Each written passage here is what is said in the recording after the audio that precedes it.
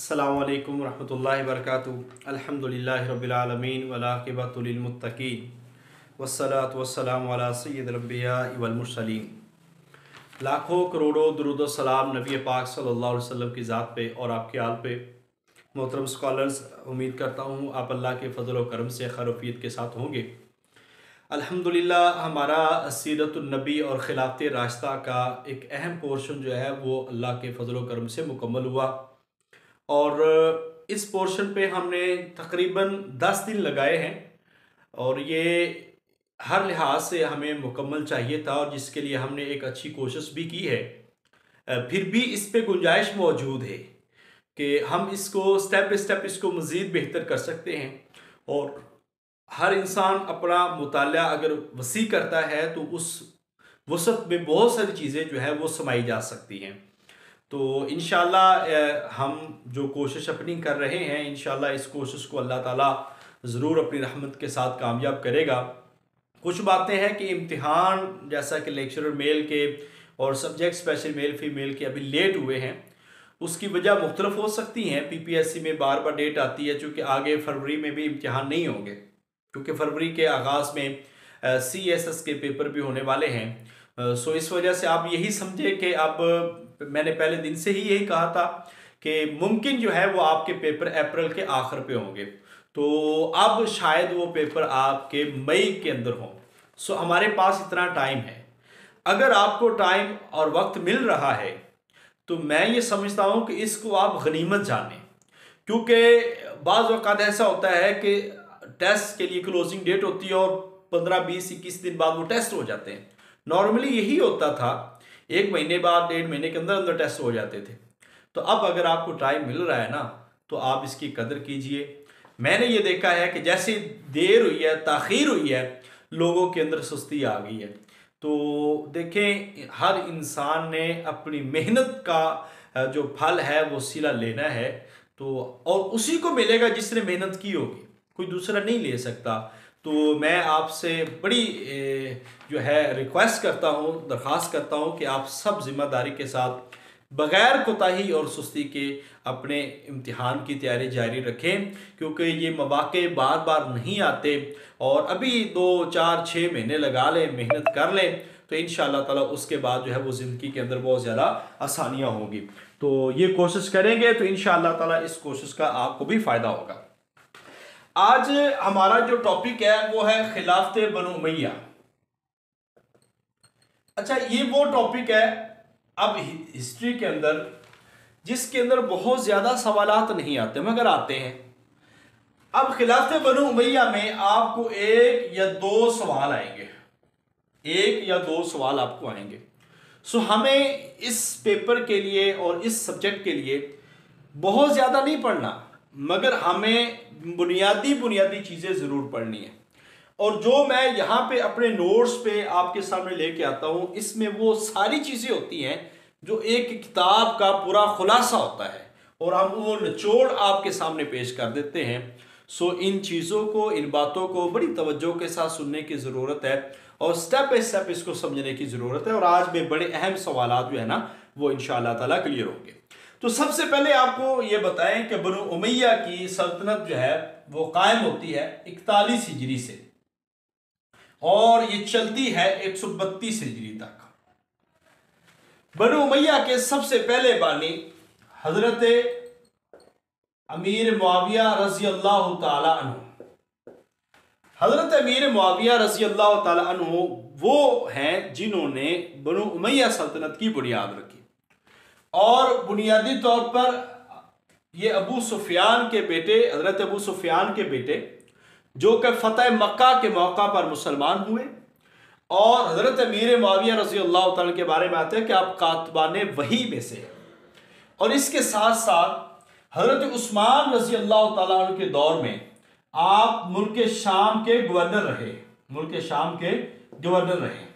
इंतहाई मुदब्बर और इंतहाई जो सियासी लिहाज से मजबूत एक खलीफा बने हज़रत अमीरुल मोमिनीन हज़रत अमीर मुआविया रज़ी अल्लाह ताला अन्हु, जिनका दौरे खिलाफत है 41 हिजरी ता 60 हिजरी और बनु उमैया में अगर तवील अदवार देखे जाए तो उसमें हजरत अमीर मुआविया रजी अल्लाह ताला अन्हु का नाम आता है। ये 132 हिजरी तक ये खिलाफत कायम रही है। बनु उमैया, बनु हाशम और बनु उमैया ये कुरैश के कबीलों की एक शाख थी और इनके पास शुरू में भी सियासी लिहाज से बनु उमैया बहुत ज़्यादा, जंगी लिहाज से बहुत ज़्यादा आगे थे।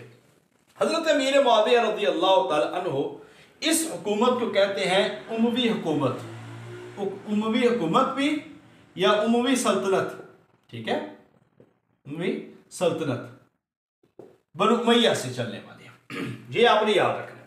अब इसमें आप अगर सबसे पहले हम पढ़ते जाएं तो मुख्तलिफ बादशाह खलीफा इसमें बने हैं, जिसमें से खुलफा की तादाद जो है ना बनु उमैया की, ये 80-90% सवाल आ जाता है कि बनु उमैया के खुलफा की तादाद है टोटल 14 खुलफा की तादाद है बनु उमैया की।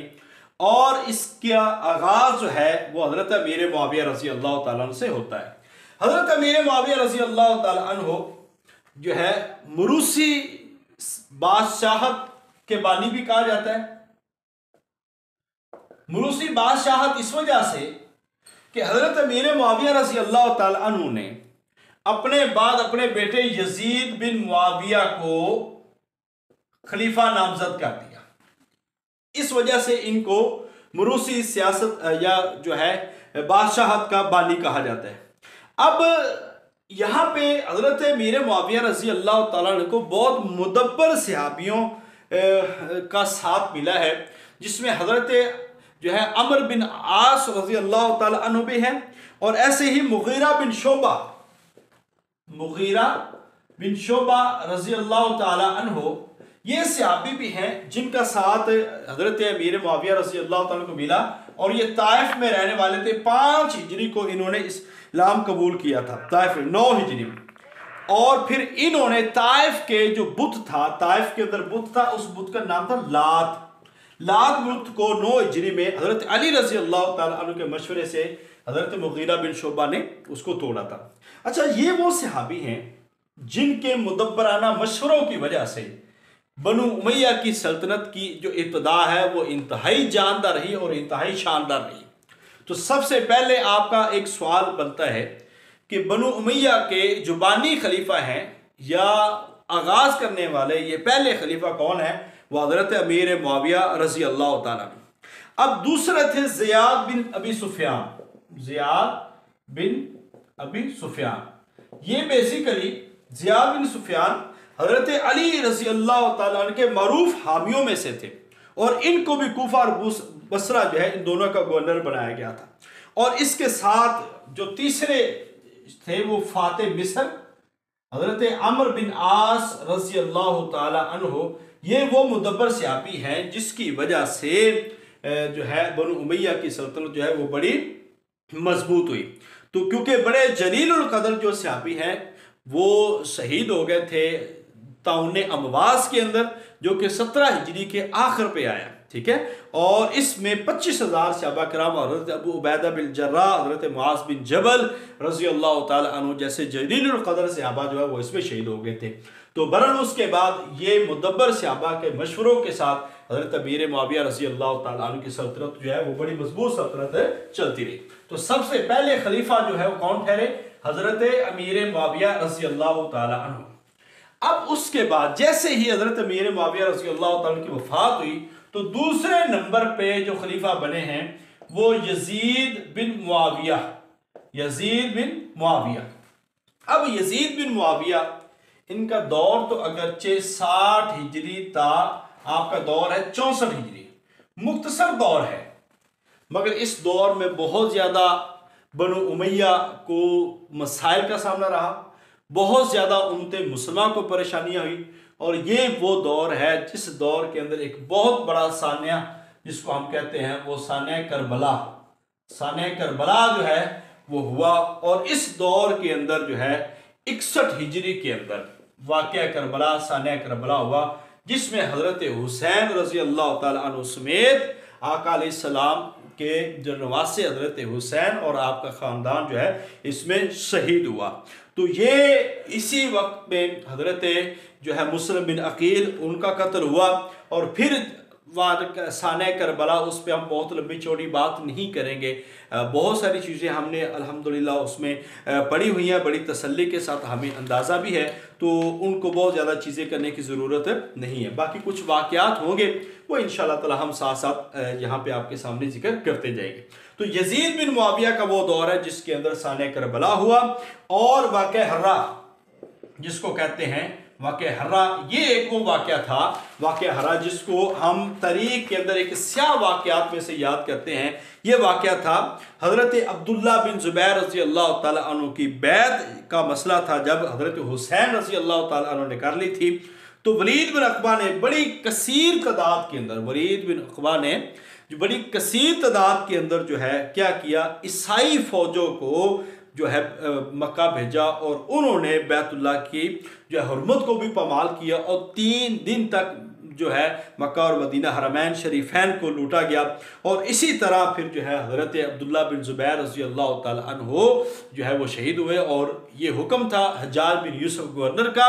और इस तरह जो है वाक़या हर्रा मक्का के ऊपर संगबारी की गई और उस तरह बैतुल्लाह को नुकसान भी पहुंचाया गया। तो ये तारीख़ के अंदर एक स्याह वाक़या है जो इस दौर के अंदर शामिल है, क्योंकि बहुत सारी जंगें सियासी जंगें थी।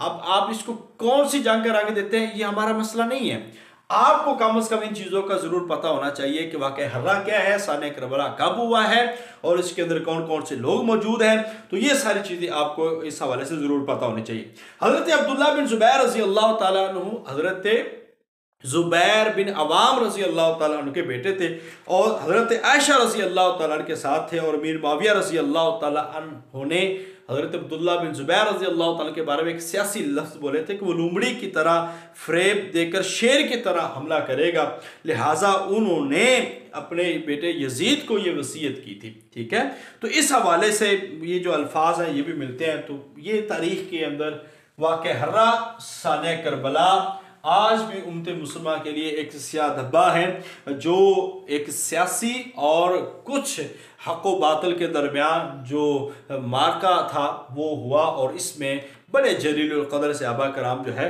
वो शहीद हुए, जिसमें से सबसे ज़्यादा जो खौफनाक और अलनाक सानिया हुआ वो 61 हिजरी को हज़रत हुसैन रज़ी अल्लाह ताला अन्हु की शहादत का हुआ है। इसके बाद यजीद बिन मुआविया इनका दौर था 60 से 64 हिजरी, 4 साल दौर था जिसमें ये सारे वाक़यात हुए हैं। इसके बाद यजीद बिन मुआविया के बाद ये, चूँकि मैं बड़ी तफसील के अंदर नहीं जा रहा, अगर आप इसको बड़ी तफसील के साथ पढ़ना चाहते हो तो ये शेख मोहम्मद रफ़ी की किताब में मौजूद है। मैं सिर्फ आपको वो चीज़ें बता रहा हूँ जो आपके टेस्ट और इंटरव्यू में क्लियर करेंगी, जिसमें से आपका पेपर आएगा। ठीक है, मैं आपको वो सारी चीज़ें बता रहा हूँ। इसके बाद तीसरे नंबर पर मुआविया बिन यजीद।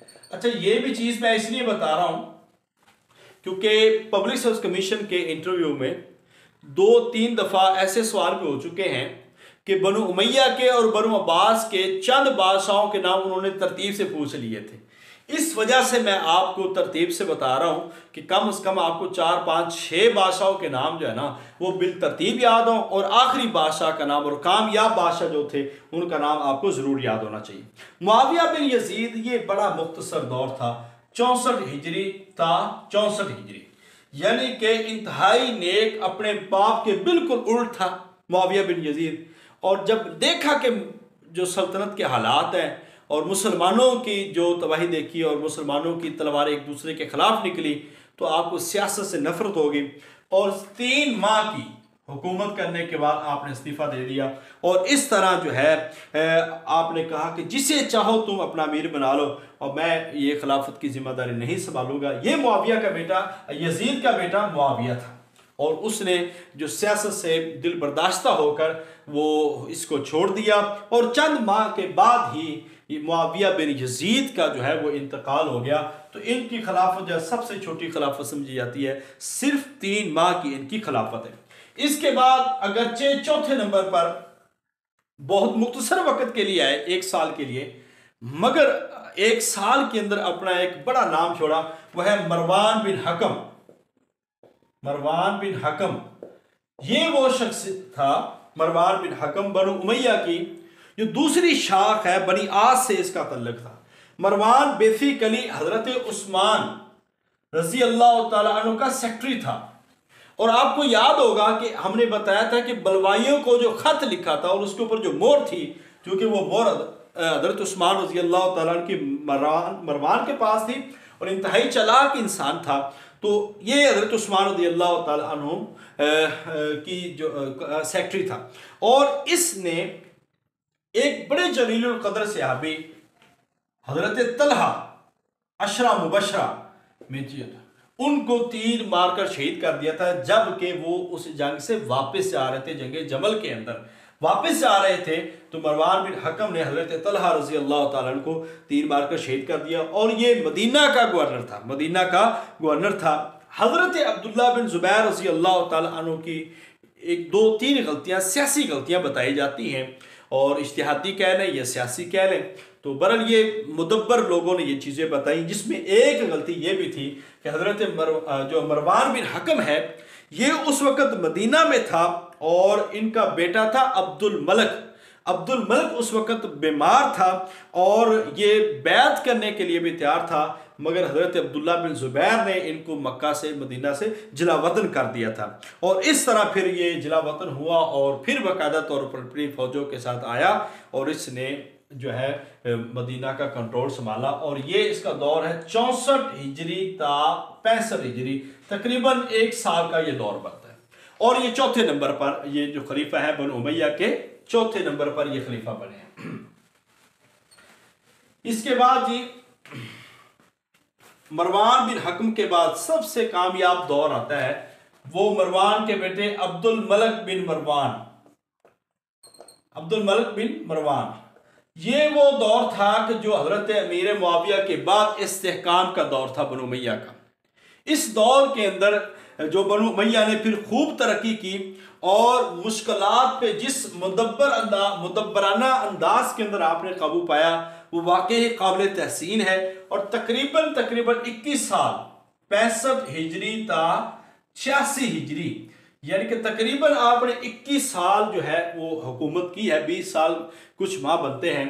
तो अब्दुल्ला बिन जुबैर रजी अल्लाह तआला अन्हु की जो बगावत है, खवारिज हैं उनके खिलाफ लड़े, शियाने अली हैं उनके खिलाफ लड़े, अवाम की नाराज़गी को जो है वो भी सामना किया। इस लिहाज से आपने बड़े उम्दा अंदाज के अंदर हर चीज़ को संभाला और फिर बाकायदा तौर पर जो है ना, क्योंकि हज़रत अब्दुल मलक बिन मरवान के दौर में हज्जाज बिन यूसुफ ने हज़रत अब्दुल्ला बिन ज़ुबैर को शहीद किया था। तो इसके बाद आपने इस्लाहात की। आपकी इस्लाहात में अरबी सिक्के हैं, अरबी सिक्के मुतारफ करवाए मरवान अब्दुल मलक बिन मरवान ने।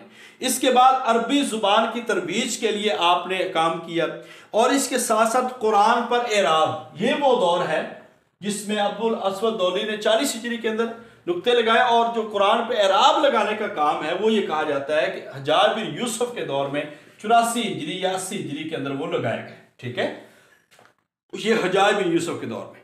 और यहाँ पे कुछ महकमे भी कायम किए गए, जैसे दीवानुल बरीद है, ये महकमा डाक है। ठीक है, ये महकमा डाक भी बनाया। काबा की तामीर नौ की, सैलाब की रोकथाम के लिए आपने बंद बनवाए और वासत नाम की छावनियाँ जिसको कैंट कहते हैं वो बनाए।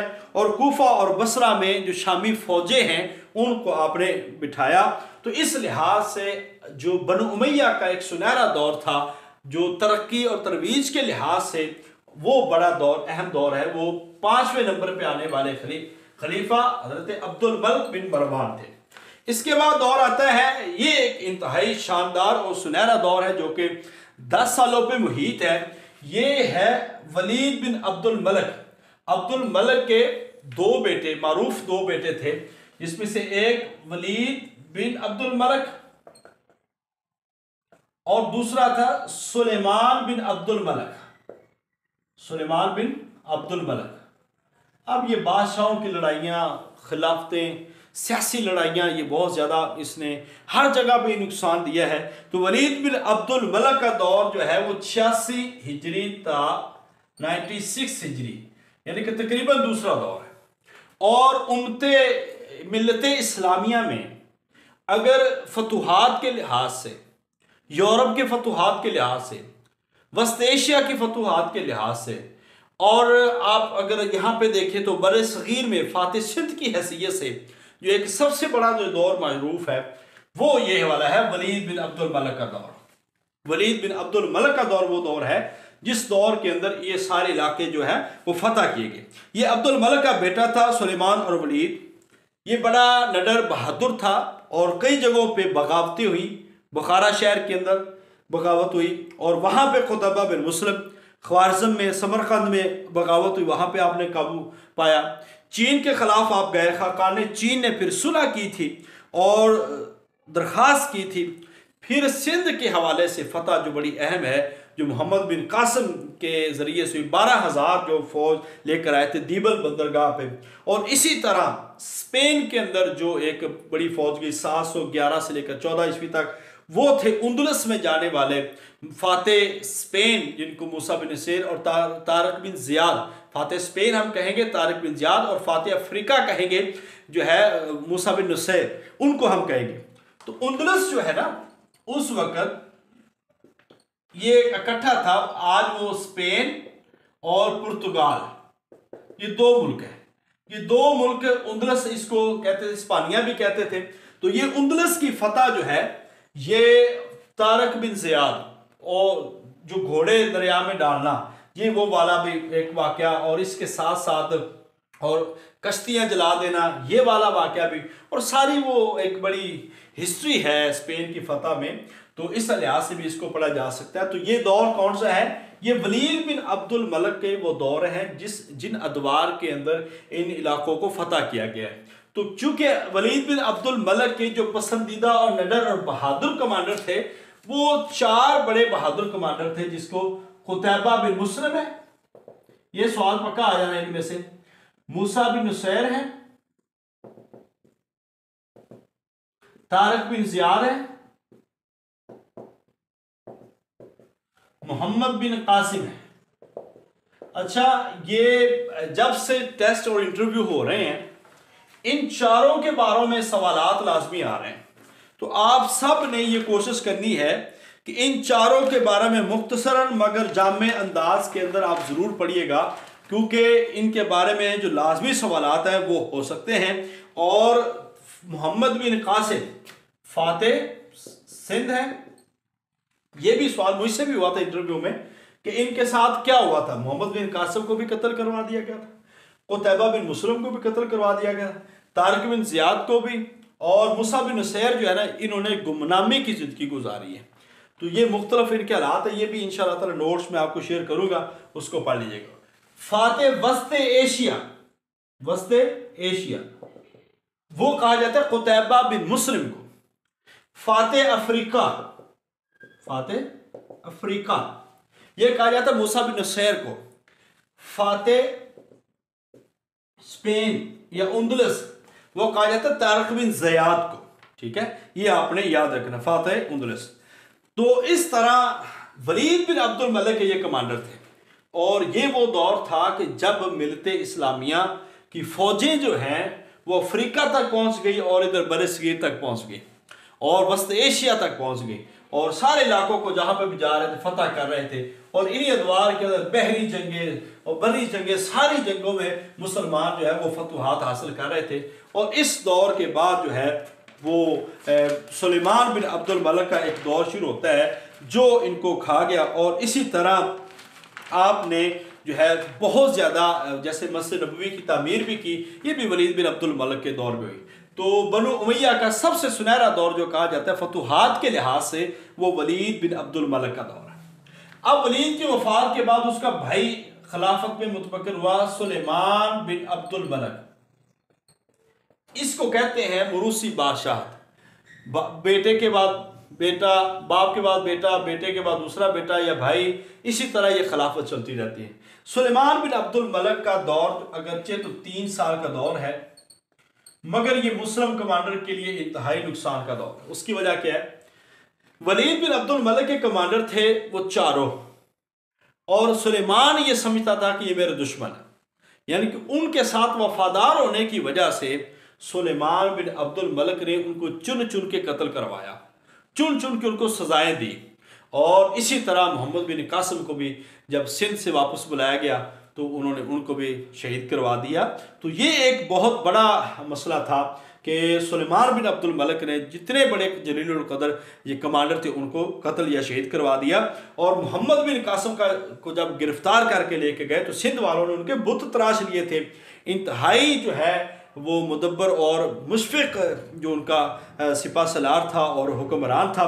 और इसी तरह के एक ज़माना में हज्जाज ने साले के भाई को कत्ल किया था, ठीक है, और सुलेमान ने साले को दे दिया। सुलेमान ने साले को दे दिया, कौन? मोहम्मद बिन कासिम। और फिर मोहम्मद बिन कासिम को साले ने अज़ियतें दे देकर जो है ना वो कत्ल किया था, क्योंकि हज्जाज उस वक्त मार गया था, उसने कत्ल करवा दिया था।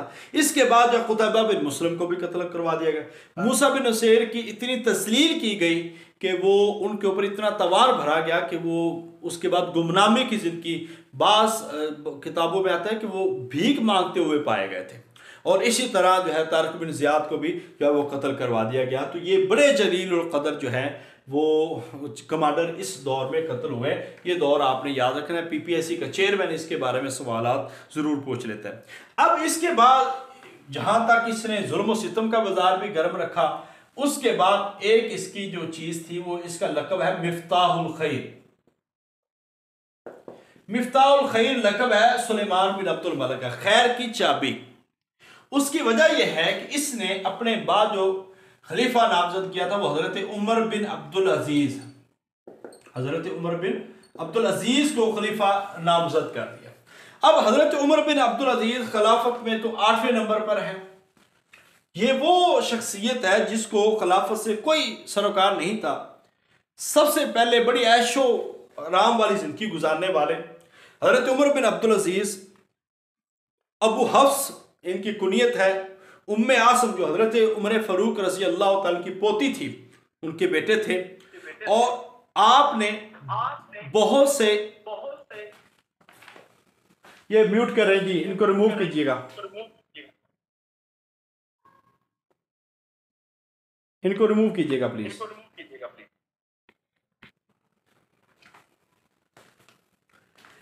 हज़रत उमर बिन अब्दुल अजीज़ जो है ना, इन्होंने बहुत ज़्यादा इस्लाही काम किए। और जब खिलाफत का बार इनके कंधों पे आया, आपने वो ऐशो वाली ज़िंदगी छोड़ दी और आपने बहुत से इस्लाही काम किए। इवन के बनु उमैया के जो लोग हैं वो इनके मुखालिफ हो गए, बनु उमैया के लोग इनके मुखालिफ हो गए। और आपने जितनी इस्लाहात की और जितना अदल इंसाफ का बोलबाला किया, और बागे फदक जो है वो भी आपने वापस जो अहले बैत की ज़रूरियात के लिए वक़फ़ कर दिया। तो इसके बाद बनु उमैया की जो जुल्म और सितम के साथ छीनी गई जागीरें थी वो भी वापस की। तो बनु उमैया ही इनके ख़िलाफ़ हो गए और उन्होंने, बनु उमैया ने एक खादम के ज़रिए से 1000 दिनार देकर आपको जहर दिलवाया। और आपकी खिलाफत जो है 99 हिजरी से 101 हिजरी तक आपकी खिलाफत, और 101 हिजरी रजब के अंदर आप वफात पा गए, शहीद हो गए 101 हिजरी में। इनके ऊपर मौलाना शिबली नुमानी रहमतुल्लाह अलैह ने किताबें लिखी हैं। शिबली नुमानी की वैसे किताब सीरतुन नबी भी मारूफ है, यहाँ पे उनकी किताब है सीरतुल उमरैन, 2 उमरों की सीरत, जिसमें हज़रत उमर बिन अब्दुल अजीज़ है और हज़रत उमर बिन खत्ताब रज़ी अल्लाह, उन दोनों की सीरत पे आपने जो है एक किताब लिखी है सीरतुल उमरैन, हज़रत उमर बिन अब्दुल अजीज़ और हज़रत उमर बिन खत्ताब रज़ी अल्लाह तआला अन्हु के बारे में। तो मौलाना शिबली नुमानी ने ये किताब लिखी है। तो आखिरी जो तरका था हज़रत उमर बिन अब्दुल अजीज़ का वो 17 दिनार थे, 17 दिनार आपके तरके में थे। तो आप इसको मज़ीद भी तफसील के साथ आपकी इस्लाहाती काम जो है उनको भी पढ़ सकते हैं। इसके बाद 9वें नंबर पर जो खलीफा आते हैं वो यजीद बिन अब्दुल मलिक, यजीद बिन अब्दुल मलिक,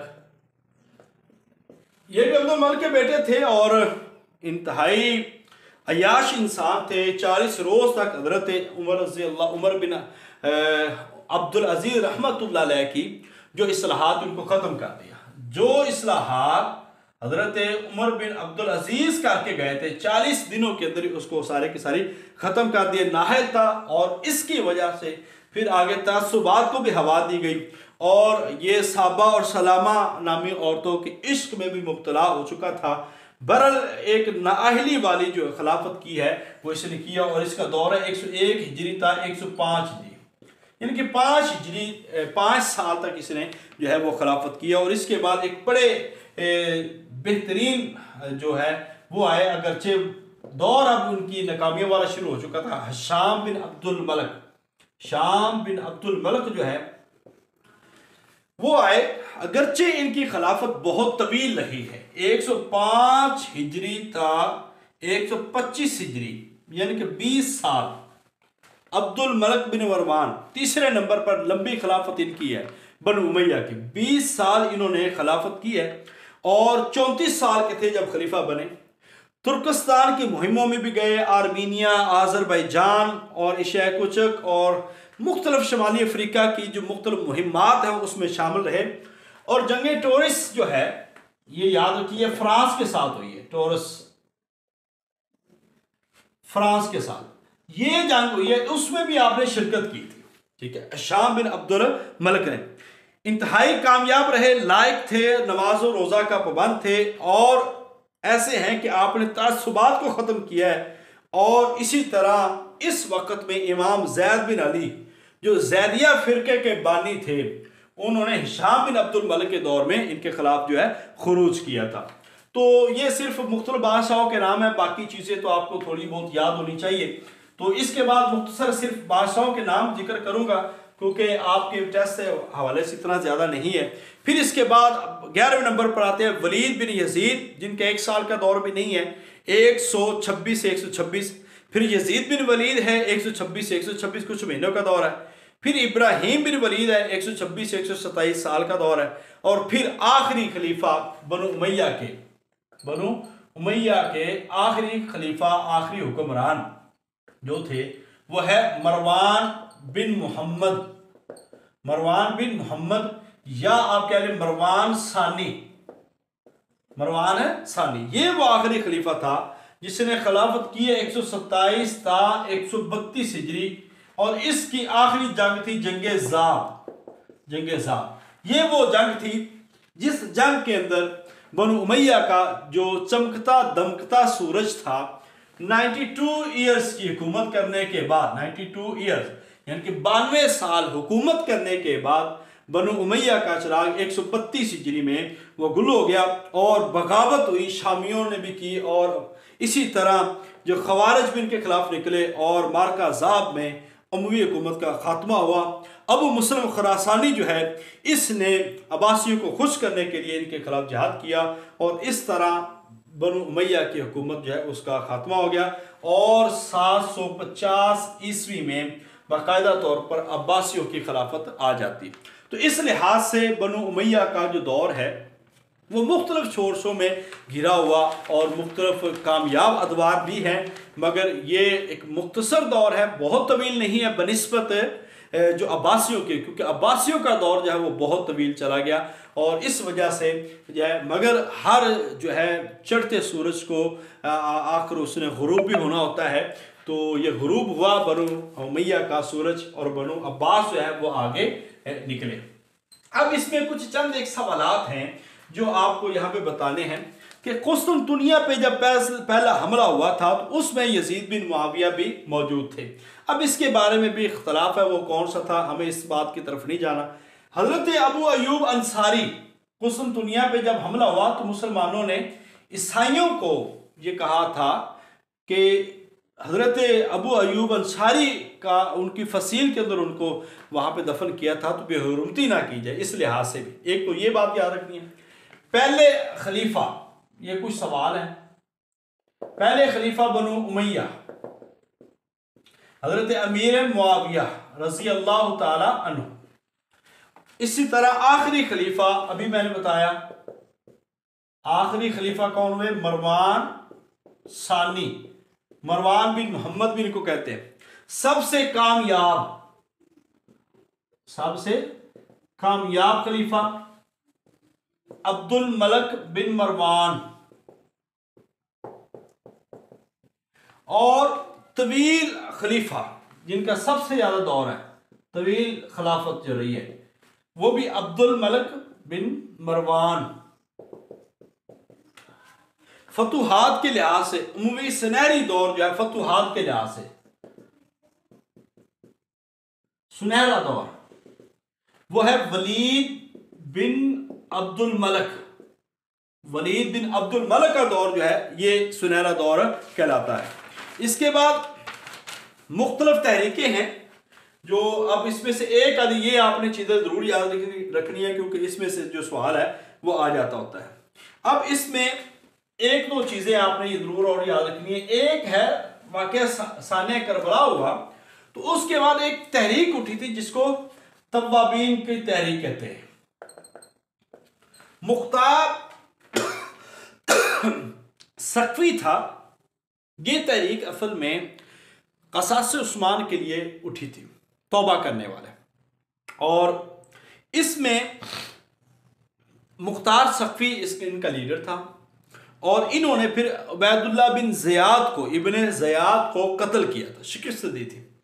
और फिर इब्ने ज़ुबैर ने मुसअब बिन उमैर को भेजा था, मुसअब बिन ज़ुबैर को भेजा था और उन्होंने मुख्तार सकफी को शिकस्त दी थी। यानी कि ये मैं आपको बता दूं, मुख्तार सकफी जो है ये इस तरह का बानी था। अब इब्ने ज़ियाद जो है उसने कत्ल किया था, हजरत शहीद किया था हजरत हुसैन रज़ी अल्लाह, इन्होंने इसको कत्ल किया।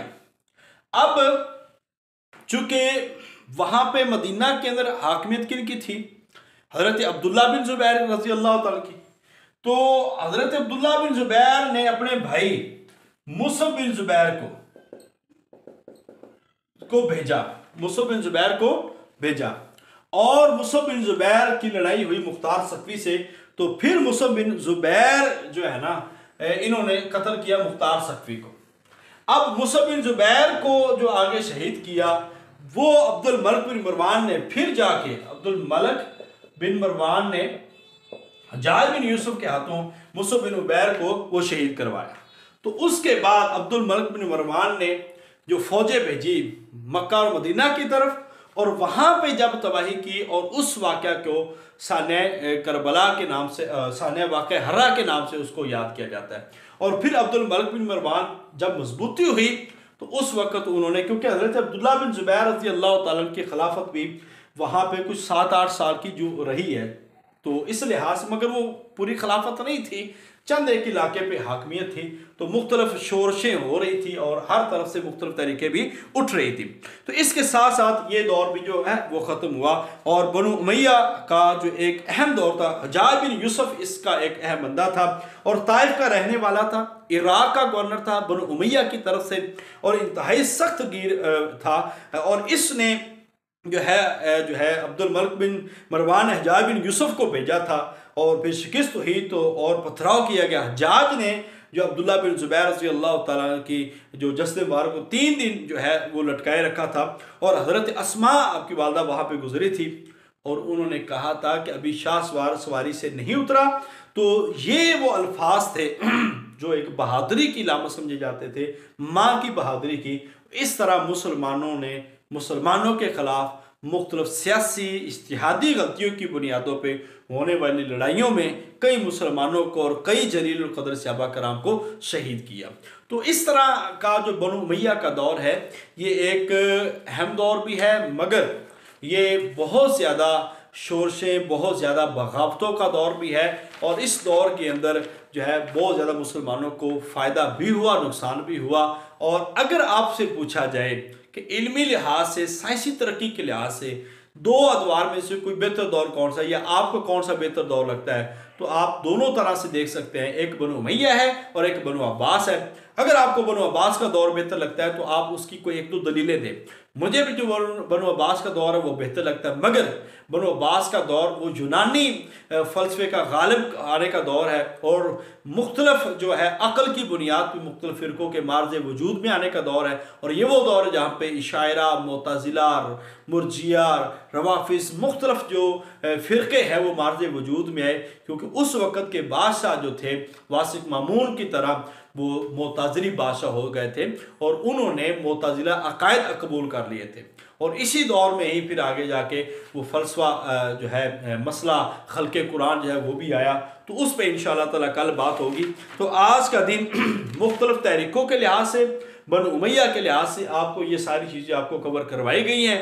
उम्मीद करता हूँ कि इंशाअल्लाह ताला आप इसको याद रखेंगे। इसके बाद हमारा एक टॉपिक होगा वो है खिलाफत अब्बासिया पे, वो इंशाअल्लाह ताला कल हम नेक्स्ट हमारी क्लास होगी उस पर हम करेंगे। बस मुख्तसर जो चीज़ें इसमें करवा रहा हूँ वो करते जाइएगा, बाकी अगर तफसील से पढ़ेंगे तो तारीख़ इस्लाम इतना बड़ा है जो आपको जो है ना कवर नहीं हो सकता।